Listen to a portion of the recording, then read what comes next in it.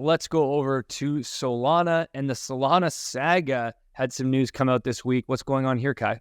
Yeah, so Solana had 100,000 pre-orders out for, I think it was around $450 for the phone. They haven't made the phones yet. Obviously, it's a pre-order, but we weren't really sure if they would actually sell 100,000 of these. Remember, they didn't sell 20,000 in their first go until people realized they could get Bonk, which is like part of the airdrop that's just on the phone.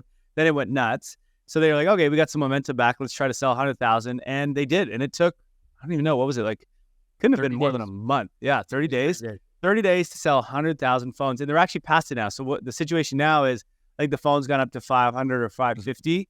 And so you can still buy, I think there's over 120,000 sales now, something like that.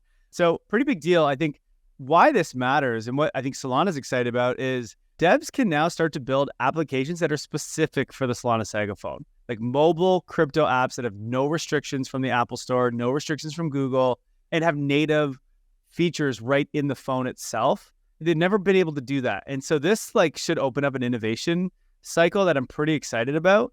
You couldn't do this before because there's just no phone existed. And also, sure, Solana had 10,000, but you weren't going to build your own app based on 10,000. But 120,000, that's not bad. There's a bit of network effects there. That's big enough community or network that you can start to build for it. And so it's small. There's not a lot of people talking about this. Sure, they're not going to beat Google or Apple anytime soon, but this is going to be really big, I think, for the industry. I'm excited to watch this all play out.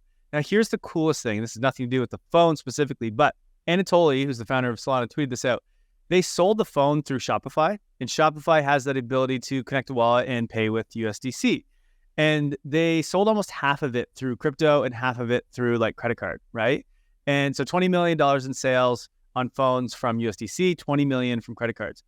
From those that bought with credit cards, Solana Mobile, the company that creates these, they had to pay, or they lost out on $600,000 in credit card fees, okay, on the 20 million in volume that they created. For the USDC side of things, zero fees. It was free for them. They paid nothing. So they made $600,000 more by using crypto than using credit card. That's 3 full-time engineers, is what Anatoly said. That is huge. That is so impactful on the economy and for businesses, like large businesses, small businesses.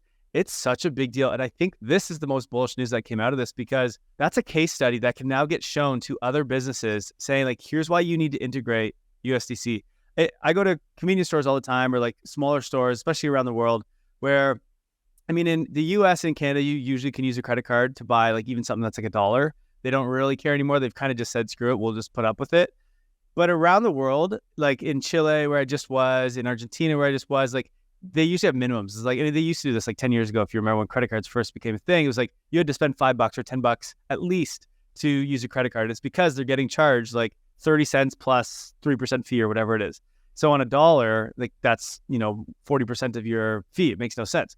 And so what this does is, if merchants now start to promote the use of stablecoins, USDC or whatever instead, they'll be the ones that can sort of push this to happen. It won't be the users, because it doesn't impact us. I can use my credit card or I can use USDC. It doesn't really matter once the app is good enough that the tech is there where it's just seamless.